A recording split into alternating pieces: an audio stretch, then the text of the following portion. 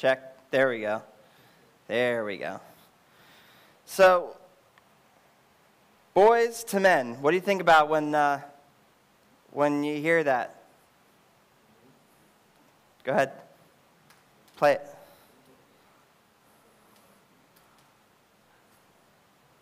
Are you playing it? Did you press play?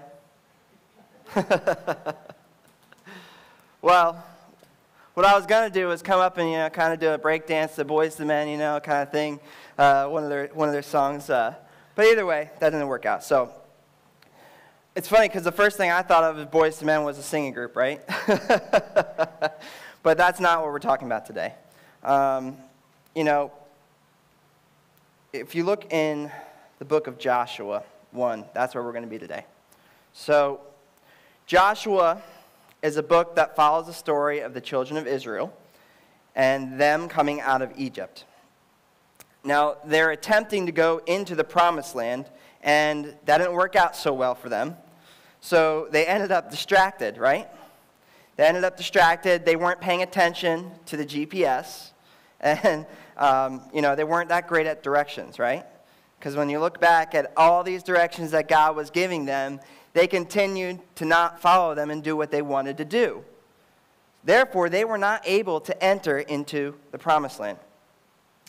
So this entire generation was wandering around for 40 years in the desert, and because of their negligence to listen to direction, they didn't get to see God's promise for them. And they entered, there was only 2 individuals who ended up getting to enter into the promised land.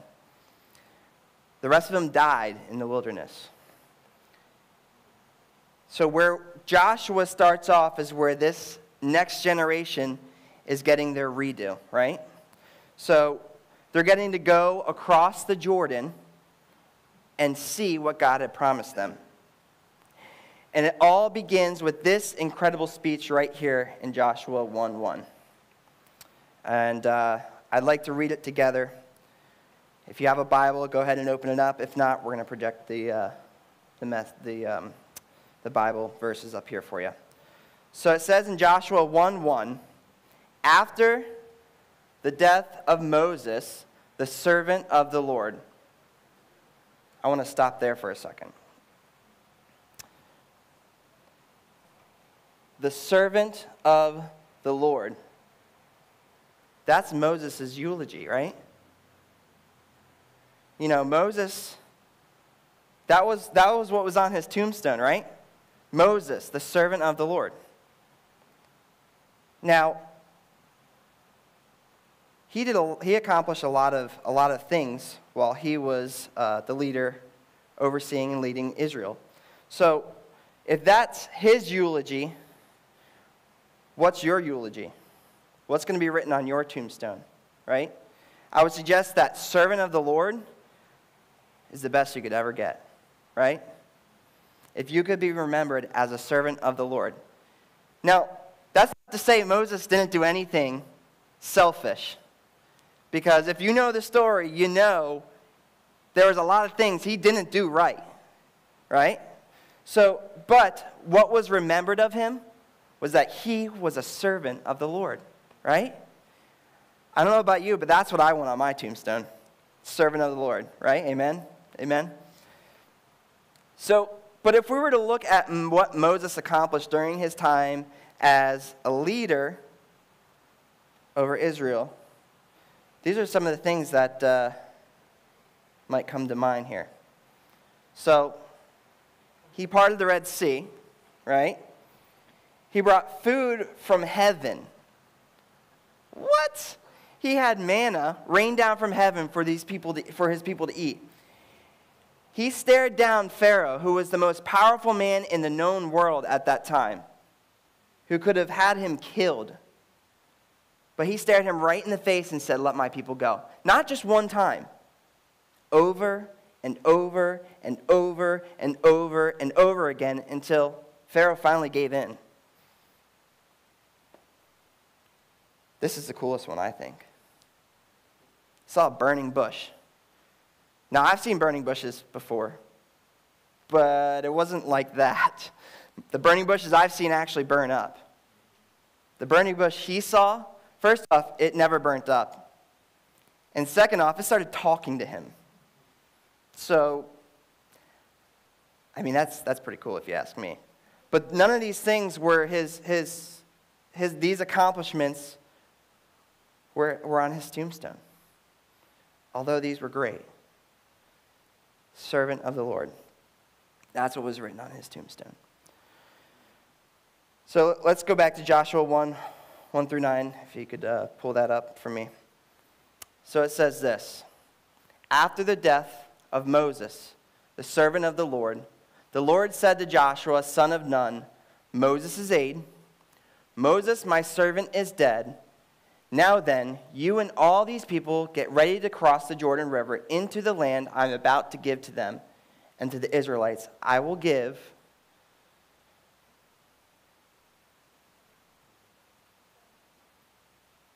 you every place where you set your feet, as I promised Moses. Your territory will extend from the desert to Lebanon and from the great river, the Euphrates, all the Hittite country to the Mediterranean Sea in the west. No one will be able to stand against you all the days of your life. I just want to read that again. No one will be able to stand against you all the days of your life. What a promise. Because that's what that is. That's a promise. Every place, days of your life, as I was with Moses, so will I be with you. I will never leave you nor forsake you. Be strong and courageous, because you will lead these people to inherit the land I swore to their ancestors to give them. Be strong and very courageous.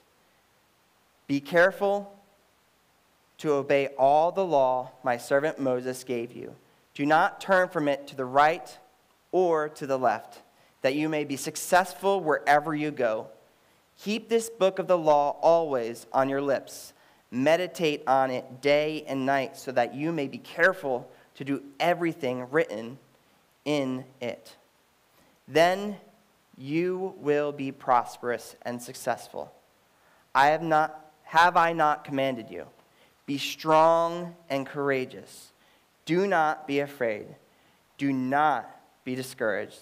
For the Lord your God will be with you wherever you go. In this passage, as it opens up, Joshua and the entire nation, they're coming to grips with the sudden loss of Moses, probably one of the most significant leaders Israel has ever had. I mean, you simply cannot find a more powerful leader than Moses, right? God was so cool with Moses that he was able to meet with him face to face. Moses got to go up on a mountaintop and meet with God face to face, where if an animal even touched the base of the mountain, it would die. When Moses met with God, he would come down and his face was glowing, and people couldn't even look at him because it was so bright.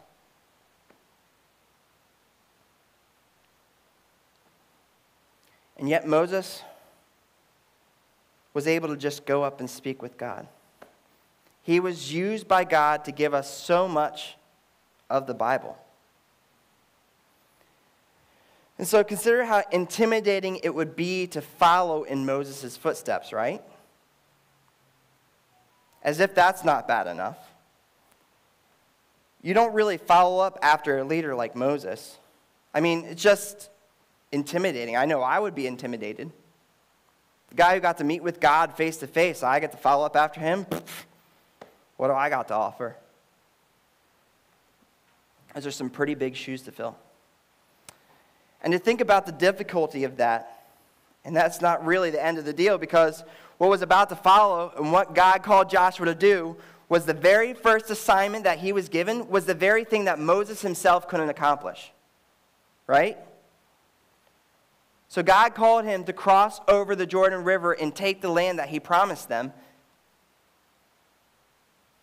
The very thing that Moses couldn't do. He couldn't accomplish that. So, needless to say, I'm pretty sure there was probably some self-doubt in Joshua, right? There were some insecurities. You know, he was thinking, well, there was times these people didn't even listen to Moses. How are they going to listen to me? Well, and there's a reason why so many empires in history, when they crumble, that it's so hard to unite them. Because you look at when Alexander the Great died, after the death of this key leader in the world, it was almost impossible to unite the people because everyone wanted to be in control, right? So you would think that when Moses died, that would kind of be the heir in the camp, right? Who's going to take over? Well, I can do it, and they start fighting over who's going to lead, you know what I mean? And but God called Joshua. And I doubt that Joshua actually thought he was the man for the job. Because he was just Moses' aide. He didn't really do anything. He just, sat under Moses and was like, yeah, that sounds like a good idea. Yeah, Moses, yeah, let's go. Let's do that. You got the word from God? Okay. Like, you know what I mean? He may have brought up some ideas, but the reality is he was an aide to Moses. So I don't know about you, but usually aides kind of are like gophers. Go do this, go do that. They don't really, sometimes they bring some stuff to the table, but for the most part, they're kind of a gopher. Like, I need you to go do this, I need you to go do that kind of thing. But, if Moses, he probably thought if Moses wasn't able to do it, I don't stand a chance. Now, it's exactly for those reasons that God chose to come and speak to him, right? Because he needed this sort of rite of passage, right? This was a somber and serious ceremony. This was a soul-wrenching ceremony in which God spoke to Joshua and imparted something that might in this moment, in this conference, in this interaction with God, it would change and leave him different for the rest of his life. The Joshua that came into the story was very different from the Joshua that came out of the story. He entered as Moses' aide, but when he left, he became a man of God. This interaction is what brought him at the place of the shore of the Jordan. After this conversation, when he crossed that river, he was a man of God. This was a boy-to-man moment, right?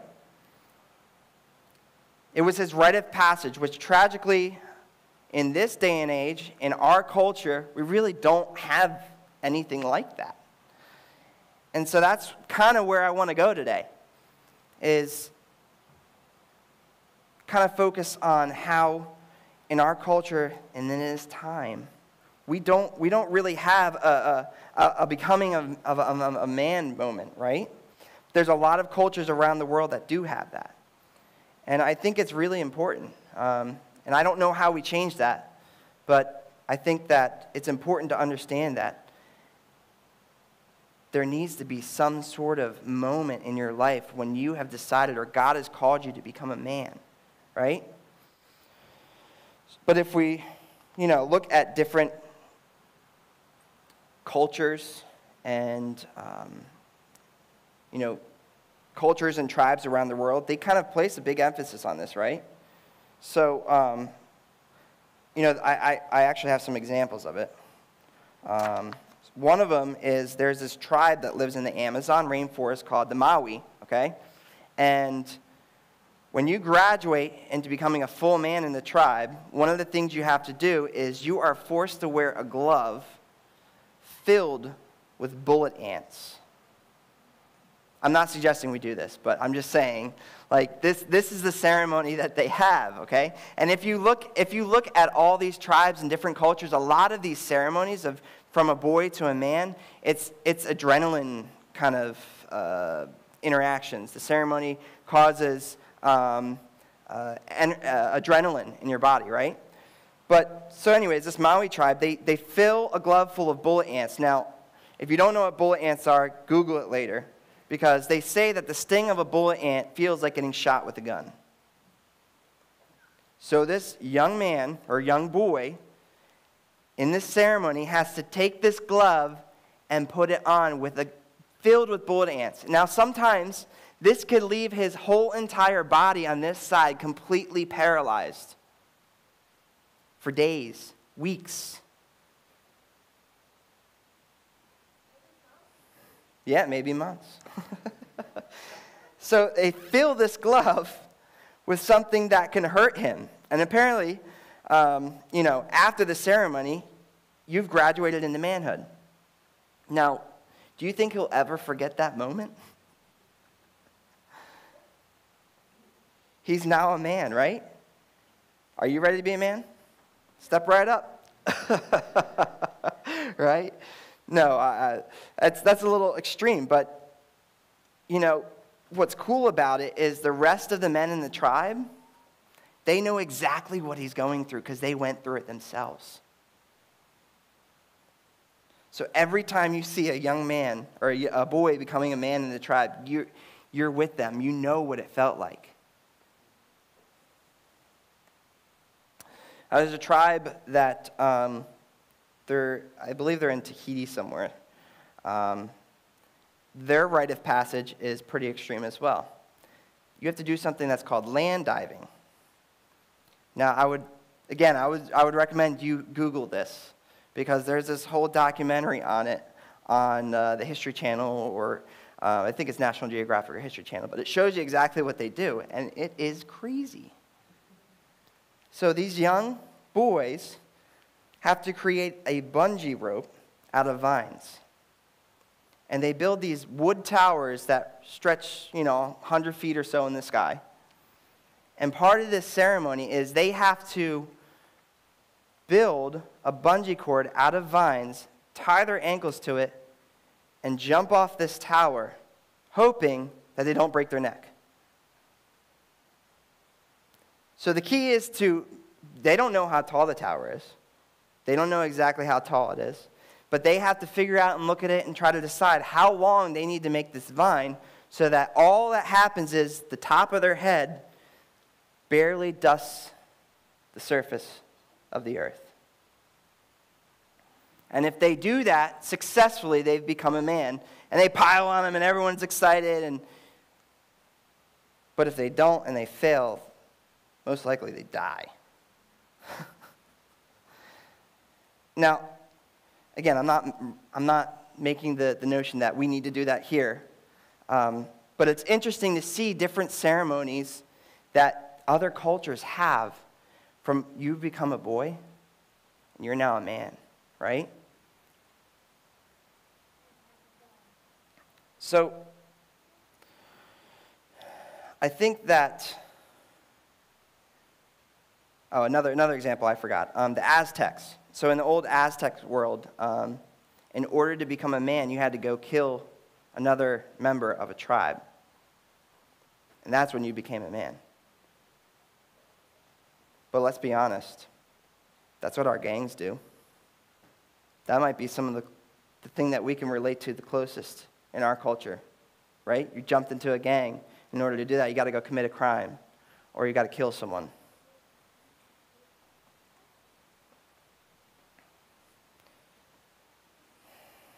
So this might be the closest equivalent we have to a rite of passage ceremony, right? Actually, there's probably another one. When you receive your driver's license, right? When you're 16, 15, whatever the age is, you get this slip of paper and you feel like you're an adult, and honestly, that's probably the poorest excuse for a rite of passage moment, right? Oh, I get to drive. But does that slip tell you where you fit in this world? Does that slip cause a defining moment in your life where you've become an adult or a man or a woman or whatever it is? No.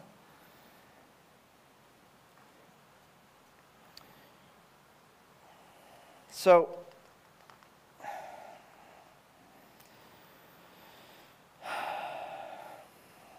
there was this article I read online while putting this, message together. And it was sort of puzzling because in our culture, they interviewed several men, women, everyone basically asking, what was a defining moment in your life when you became an adult? Like, was there a moment of time in your life where you felt like you had a rite of passage moment? Like, you were finally a man or you were finally a woman? And to be honest with you, there was such a lack of that.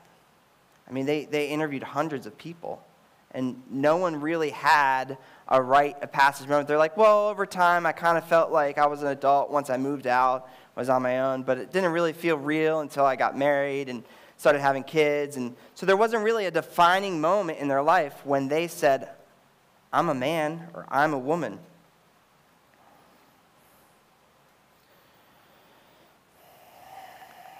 So, I guess one of the examples, we kind of have some sort of ritual. It's called a Sweet 16. It's kind of a lame excuse for an adult ritual, but we do have that in our society. Or you have quinceañeras or bar mitzvahs and stuff like that, but it's really not.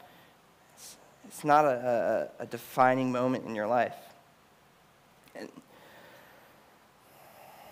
so to think of the fact that specifically boys and young men in particular have a need for something crazy or something dangerous that they begin to want to do during this time, like as a teenager trying to search for the moment to become a man, or what it means to become a man.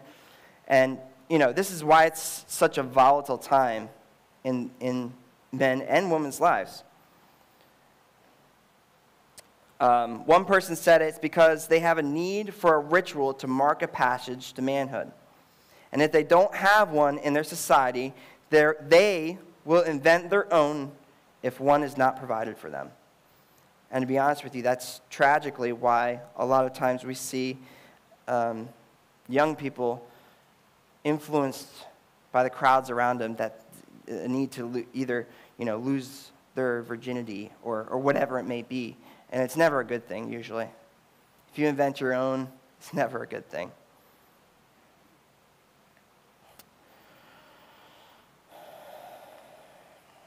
One of the things I mentioned earlier was the steps to get in the gang. That's not a good thing.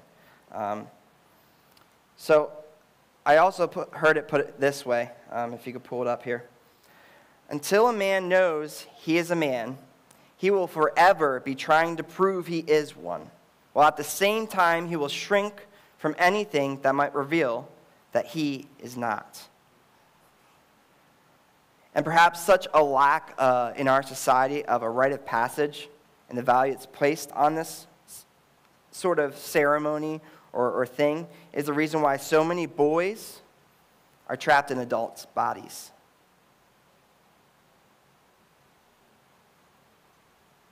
And it's the same for women. Why so many women, girls, are trapped in adult bodies in this day and age. Those who are living with no one who have ever taught them how to be a man or a woman, if you're a man in this room, I want you to think about and ask yourself, what was the defining moment in your life that you became a man? What was it? Was there a defining moment? Again, in that article I read when preparing this sermon, there was an interview with a man who he felt sort of rather like unprepared for the situation or the transition from boy to man. And, he said there was no real defining moment. There was no real crystallization. And it wasn't actually until he was in jail after making some bad decisions that he finally had someone to mentor him. He finally had someone who came alongside him and showed him what it was like to be a man of God.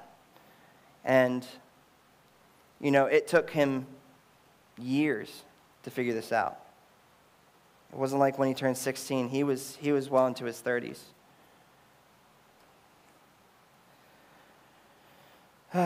So, to think, how do we change that? This lack of attention given to such a vital, important transition. And God wants, for some of you today who haven't received this moment or this rite of passage moment, for it to happen for you today. And to be honest, you need to hear God speaking to you and through you to reach this point.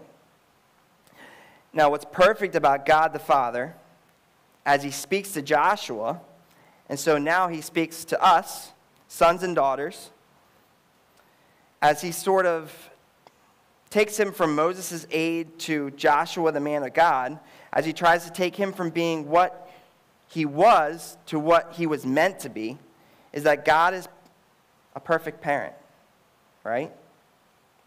Because what we find in here is God has a high standard and a high warmth conversation with Joshua. So what does that mean? High standard, high warmth. So this is the way all parenting should go. You should aspire, or you should look to your children and have a high standard, but a high warmth. You know, some of us settle with a high standard and low warmth, meaning it's all rigid and there's rules and authority and there's no warmth, there's no there's no worth that they find. You know, they find it when something is high standard and low warmth, they might feel like they're only as good as their school grades, or they're only as good as the sports teams they're on, or if they're a starter, they're only as good as they've done lately. So, but similarly, you can find a low warmth or a high warmth and low standard, which is where there's never a calling to really anything. Just complete permissiveness in the name of love, and no discipline in the name of love, and no correction and no consequence. And that can't happen because the Bible says, if you spare the rod, you spoil the child. So if there's no discipline involved, you're actually hating your child and teaching them nothing good by not disciplining them. You know, as a parent, that's the hardest thing to do, honestly. I have 3 kids of my own. It's to discipline your child. I hate it. I absolutely hate it. But I know that if I don't, they'll grow up and be something I don't want them to be. So if you don't discipline your child, you're really not loving them. So God wants to give us an example of a high standard and a high warmth, right? So he's calling us as parents, those who are parents, to something that's better. He's calling us out for our potential. He's calling you to do better. He's calling you to look inside and find, you know, that love and that encouragement. So high standard and high warmth. When you read this passage, you can feel the love of God imparted to Joshua, right? You read this and you feel tenderness and how God speaks to you. It's with love and with tenderness. And it's also the same at the time. He wants to grow us into our full potential. So I want to kind of, if you're a father in this room specifically, but parents as well, you need to know and understand the power that you have to confer blessing on your children and your children's children. And I want you to understand that you need to receive that blessing before you can give it, because you can't give something you've never received, right? This is the reason why some of us and people experience lack of transaction in their living, right? And my wife and I spent time on staff at Christ Home for Children, and we saw this all the time. All the time. These children, their parents weren't able to love them because they were never loved themselves. They never experienced what true love was like. So how do you expect someone to love someone who never received it themselves? It was tragic. You know, it was cool because we got to be that in-between. We got to show them what true love was. Because we were basically their parents. Not biological, but we raised them. And these kids, the shock factor that they got when we truly showed them what real love was, they didn't know how to react because they had never experienced this in their entire life. So the reality is you cannot give something you haven't accepted yourself, right? So my hope and my prayer today is that God will take you through this rite of passage moment where you need it and where you need to give blessing. It's up there. You can't give a blessing if you haven't received it in the first place. So I heard it put this way one time. You can't call out the king or queen in your child when you can't see past the wounds in your own soul. You got to take care of yourself and your past and your deficit before you can call your children to greater things, right? So you need to find that clarity. You need to find that vision. You need to find that revelation. You need to find the strength, the integrity, the character, the presence, the responsibility. And where do you find that? In the Father, the Heavenly Father. You know, what I don't want to say today is that if you don't do this as a parent, and if you don't do everything right, and if you don't follow God's calling all the time, that your kids are going to turn out horrible. Because that's not what I want to say today. Because honestly, if you look at some folks in the Bible there, one of them is David particularly. David's eulogy was man after God's own heart, right? That's what he was named. But if you look at his actions and the things he did, he messed up a lot. And, you know, if that was eulogy, and he may not have been the best parent. None of us are the best parent. I'm not the best parent. You know, but if you look at his story, one of his sons, Absalom, actually tried to kill him and overthrow him. And Absalom had everything he possibly could want. He was the son of a king, for goodness gracious. Like he could, and actually Absalom means something like most beautiful or something like that. And so he was a good-looking guy. He could probably walk into any place and get any girl he wanted because first off, he was the king's son. Second off, he was pretty dang good-looking. I mean, that was his name. So he had everything he could ever want, but yet he still, his relationship with his father, even though he was a man after God's own heart, it didn't turn out so well. So that's not the message I want to get across. Because look, you can look at another example of Enoch. Now, Enoch, on the other side, he walked with God. And guess what? His grandson, do you know who his grandson was? Noah. Noah built the ark and is responsible for saving humanity as we know it, right? So every time you think of Noah, we owe a great debt of gratitude to Enoch. Because Enoch walked with God and Noah followed in his grandfather's footsteps. Noah's godly grandfather walked with God, and it was that positive impact that made in Noah's life because of the value of the way that Enoch walked with him. Pastor Andy Stanley put it this way, and it's really hit me, to be honest. And it puts this sort of responsibility on you as a parent. It says, your greatest contribution to the kingdom of God may not be something you do, but someone you raise. How does that change your awareness? How does that change your attitude as a parent and a father?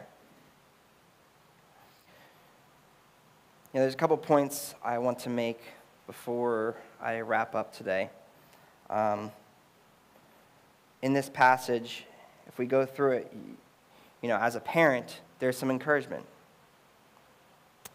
The first thing is, you're not alone.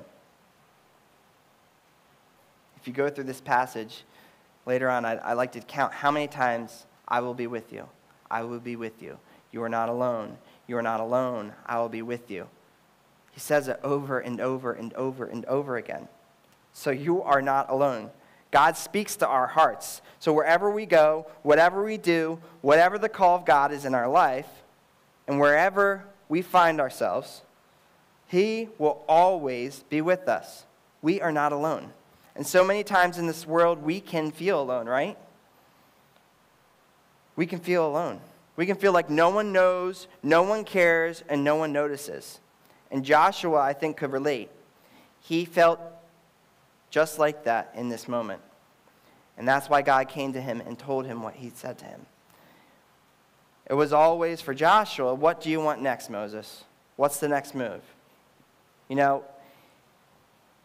He would have initiative, and hey, let's do this, and here's something, notice this, and by the end of the day, he was Moses' assistant. Moses was the one making decisions.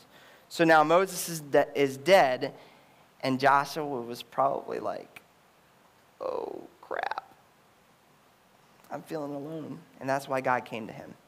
God spoke to him and said, look, I will be with you. You're not alone. You're not alone. You might feel very alone when you're parenting. You might feel very alone when you're trying to juggle all the things you have to juggle, work, spiritual life, leading in your home. I know I feel that sometimes. Sometimes I just feel very alone. Always trying to make ends meet, putting food on the table, and God speaks to us and says quietly, you're not alone. Verse 5 says, as I was with Moses, I will be with you also. I will not leave you, and I will not forsake you. One of Jesus' last words in the Gospel of Matthew was this, I am with you always. We need to remember that because it's hard to remember that because guess what? He's invisible. It was easy for them because they saw Him face to face. But we don't get that opportunity. So we need to remember that He is always with us. And it says, even to the end of the world, I will always be with you. Secondly, God says to us, you're not to stay here anymore.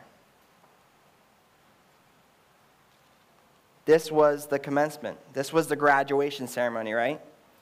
It was the R-I-T-E, rite of passage.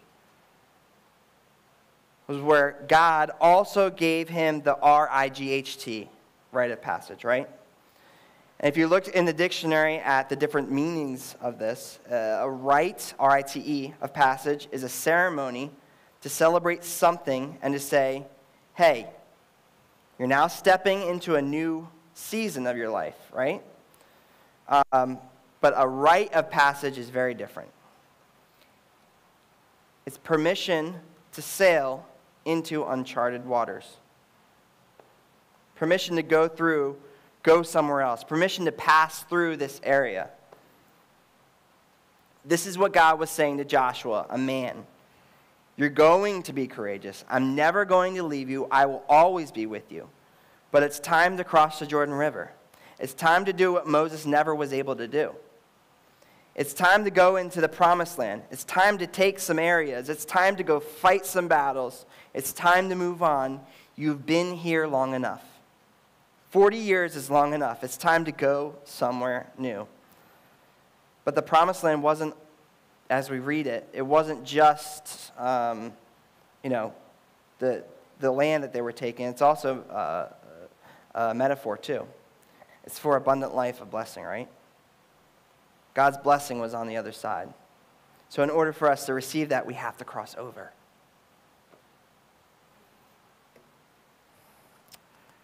We need to possess our possessions because we've been given everything in Christ. So when you look at this, so now to cross over, in verse 2 it said, go to this Jordan, take these people with you, go to the land which I am giving to them, and the children of Israel as well. Now what does that mean to us, right? It means that the chasm between where we are today and where God intends for us to go is something we need to be moving towards. And that's what it means by you can't stay here. Don't stay here anymore. It's growth. It's process. There are things in our lives that hold us back from making that step. There are things that we need to let go of. For all of us, it's immaturity, selfishness, pride, ego. And there are things in our habits and our patterns that we allow the enemy to make strongholds. And there are things that, and we're trapped in them, right? And we don't even see anymore that we're blind to them. And there's things that God is saying to us, you've been there long enough. Come on. Move forward to the abundant life that I have for you, right?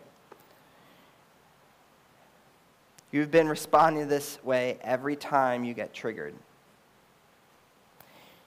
Every time you get mad, every time you get paid, every time whatever it is. You've been doing this long enough. It's time for you to rise up and take the promised land. It's time to grow. 1 Corinthians 13:11 says, when I was a child, I spoke as a child, I reasoned like a child, but when I became a man, I put the ways of childhood behind me.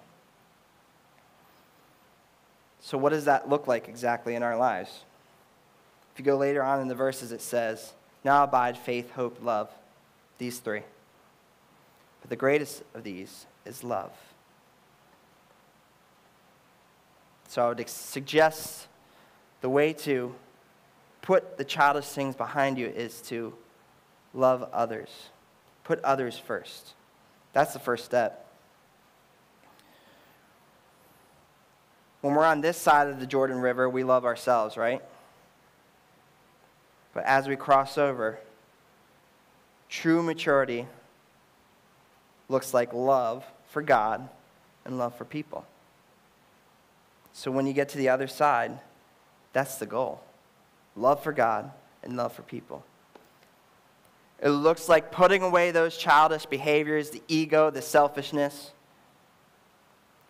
And it's about the growth.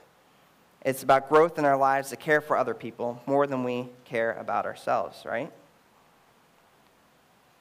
Growth is to feel something, but not to respond in that emotion until we process it. God says to us, you're not to stay here anymore, right? You're not to stay here. So the third thing I have is you have power in your footsteps. Your feet, if you look down, everyone look down at your feet. Just look at them. You have power. You have power in those feet. Because your feet make footprints to follow. Especially as a man and a husband and a father. You're laying the path for those who come behind you. Whether it be good or evil. So all the powerful things you have done all powerful things can be great harm, right? But it can also be great good. And your feet have the potential to do what Joshua's feet were given in this instruction in verse 3. Every place that you put the sole of your foot and you tread upon, I have given you already. So if you're willing to step out and go out into these places, if you're willing to leave a positive trail, he says, I'm going to bless you in wherever you go. So as long as you don't veer to the right or to the left, but you only do the things that I've called you to do, there is a blessing promised. There is blessing guaranteed. Now, none of us will do this perfectly. None of us will be able to follow it to the T. All of us at some point in our life will veer left and right. It's just human nature. But when we try to do our best, that's what God is asking for.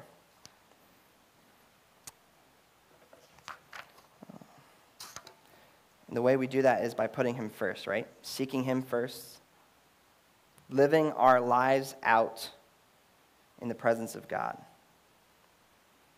So as long as you seek to honor Jesus and love Jesus and be a witness for Jesus, as you see your life, you'll see your life as a mission, and he sends you into the world. Whatever your hands find to do, I'm telling you, God will bless you. So as long as you keep your mind on him, you have power in your footsteps. I found this quote by James Baldwin, and this is what he said. Children have never been very good at listening to their elders, but they have never failed to imitate them. So to think about the power that you have in your feet, the power of your walk, where do your steps go? One person said that every time we as parents do something, we should ask ourselves, this is convicting here, this really hit me. Would I want my kids to do this? Would I want my kids to speak to their wife that way? Would I want my kids to speak to their boss that way? Would I want my kids to honor money in this way? Would I want my kids to watch this movie? Would I want my kids to think this way, to speak this way, to act this way? What would I want my grandchildren to do? Let me give you an example of what this looks like. Has anybody ever bought anything from IKEA? Put together stuff from IKEA? Okay. So imagine for a second, you're given a box full of stuff from IKEA, but there's no instructions. Because all it is pictures, right? They give you a blank piece of paper with no pictures. How do you think that's going to work out? So that's the rules, but no pictures. So we as parents need to be those pictures. Need to be the example.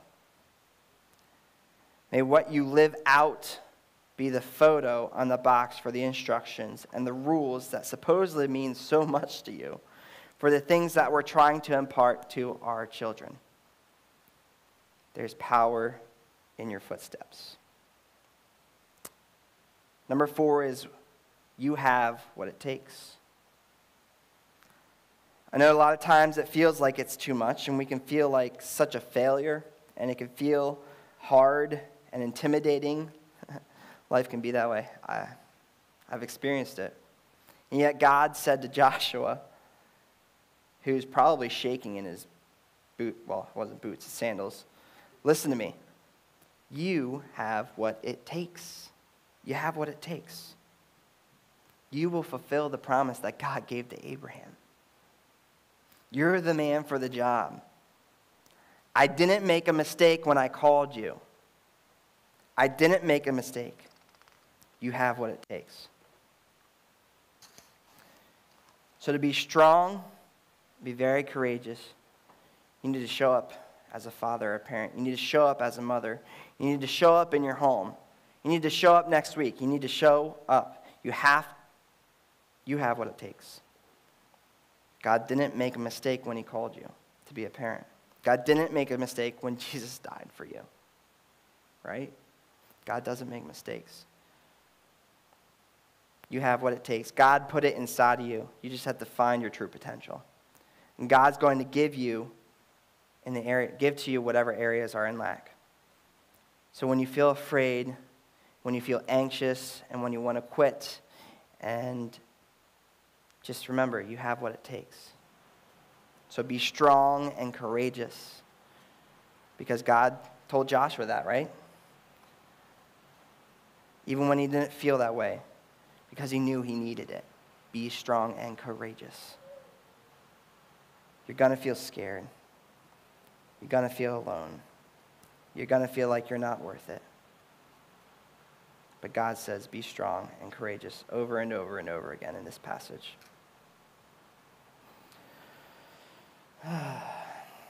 So lastly, because I'm running out of time, your strength lies in your weakness. That sounds kind of But what I want to say is that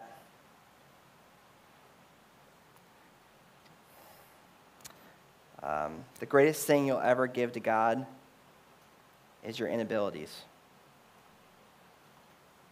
It's your weakness. It's your failures. 2 weeks ago, I got to talk about worship, and one of the things was the brokenness principle and how you come to worship the Lord and Savior. He wants you to bring your brokenness. And through your weakness and your brokenness, you find strength. He will give you strength. Now, what does this look like as a parent, as a dad, as a mom? Repentance, right? You need to be willing to show your children that you make mistakes. Fess up to it. Don't try to hide it. You get in an argument and your kids hear it. Tell them, yeah, you know what? Mommy and Daddy argued.